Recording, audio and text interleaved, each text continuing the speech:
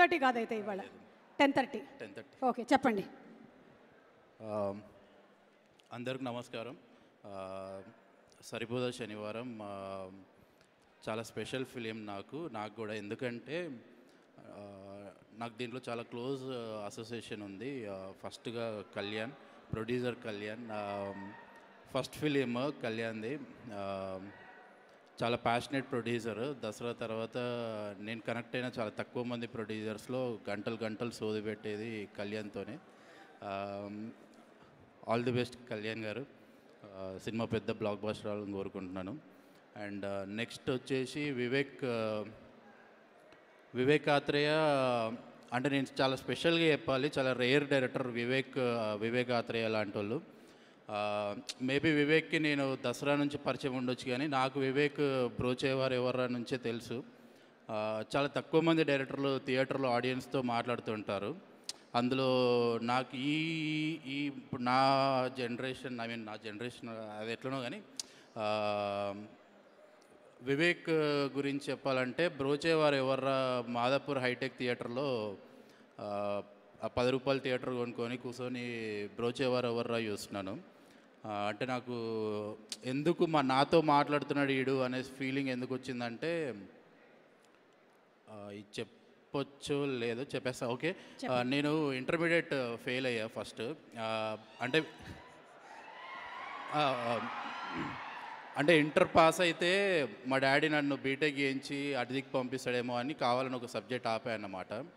So దాని తర్వాత ఏదో వేరే ఫిలిం స్కూల్ గురించి ఇంటర్ పాస్ అవ్వాలి అంటే అప్పుడు వెళ్ళి మళ్ళీ పాస్ అయ్యి ఫిలిం స్కూల్కి వెళ్ళా. బట్ ఫిలిం స్కూల్లో మళ్ళీ ఫెయిల్ అయ్యాం.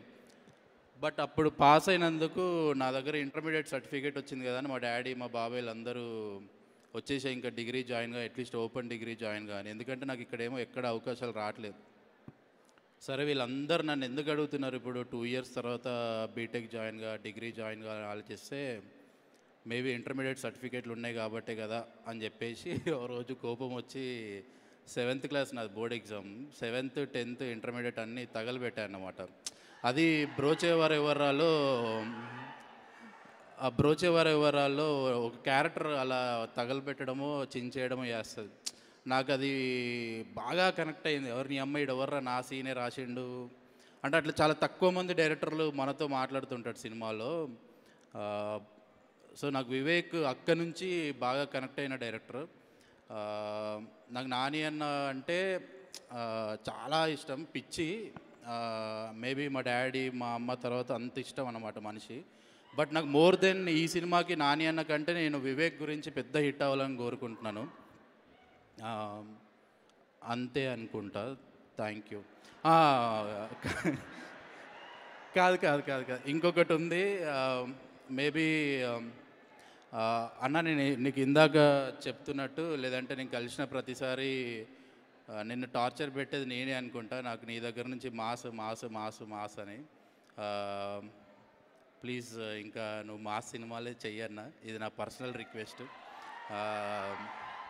నువ్వు క్లాస్లో ఇంకా ది బెస్ట్ ఇచ్చేసావు. జెర్సీ, బలె మొగడువే, నిన్ను కోరి, ఇట్లా చాలా క్లాసిక్స్ ఇచ్చేసావు. ఇంకా మాస్ కోసమే వెయిటింగ్ నీ దగ్గర నుంచి. అంతే. Thank you so much. ఈరోజు ఒక గొప్ప విషయం చెప్పారు తెలుసా మీరు? అదే ఎప్పుడు జనరల్లీ మాట్లాడరు, ఆయన ఈవెంట్లలోనే ఎక్కువగా మాట్లాడలేదు, కానీ ఈరోజు మాట్లాడారు. అంటే వివేక్ రాలే కదా, వివేక్ ప్లేస్లో మాట్లాడారు. యా, థ్యాంక్ యూ అండి. Thank you. అండ్ అలాగే యూత్ చాలామంది చాలా హ్యాపీగా ఫీల్ అవుతున్నారా, ఆయన తగలబెట్టేశారు సర్టిఫికెట్లు, ఇంటికి వెళ్ళి ఏం చేద్దామని. రే, ఆయన తగలబెట్టిన ఇండస్ట్రీకి వచ్చి వెలగబెట్టారు బాగా. అందుకని పర్వాలేదు, మనకి ప్యాషన్ ఎందులో ఉందో అది చూసుకొని వెలగబెట్టాలి మనం. సూపర్ అండి, థ్యాంక్ యూ. రండి సార్. హలో అండి ఎవ్రీవన్. హలో.